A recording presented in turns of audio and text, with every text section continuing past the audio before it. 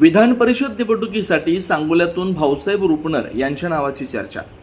राज्यात होऊ घातलेल्या विधान परिषद निवडणुकीत भाजपाकडून सांगोल्याचे भाजप नेते भाऊसाहेब रुपनर यांच्या नावाच्या चर्चेनं जोर धरलाय। सर्वच क्षेत्रांचा अभ्यास असणारे नेते म्हणून भाऊसाहेब रुपनर प्रसिद्ध आहेत। भाजपाकडून त्यांना उमेदवारी देऊन सांगोला तालुक्याचा राजकीय अनुशेष भरून काढण्यात यावा अशी मागणी येथील नागरिकांकडून होऊ लागली आहे। फॅबटेक शिक्षण संस्थेचे संस्थापक भाऊसाहेब रुपनर यांचा प्रशासकीय अनुभव मोठा आहे। जिल्ह्याच्या राजकारणातील अनुभवी, अभ्यासू व्यक्तिमत्व आणि जनसंपर्क मजबूत असलेले नेतृत्व म्हणून त्यांच्याकडे पाहिलं जातं।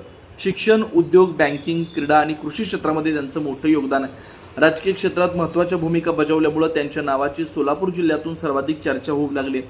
केवळ तालुका नव्हे तर संबंध सोलापूर जिल्ह्याच्या प्रश्नांची जाण रुपनर यांना आहे। पाणी प्रश्न, शेती, दुष्काळ, रोजगार, उद्योग, रस्ते आणि शिक्षण यासारख्या विषयांवर त्यांची पकड असल्यामुळे जिल्ह्याच्या समस्या प्रभावीपणे मांडण्याची क्षमता त्यांच्यामध्ये आहे। जिल्ह्याच्या प्रश्नांचा सखोल अभ्यास, प्रशासनाची समन्वय आणि विकास कामांचा पाठपुरावा करण्याची क्षमता त्यांच्यात असल्यामुळे ते प्रभावी उमेदवार ठरतील अशी अपेक्षा सांगोला तालुक्यातून नागरिकांकडून व्यक्त केली जाते।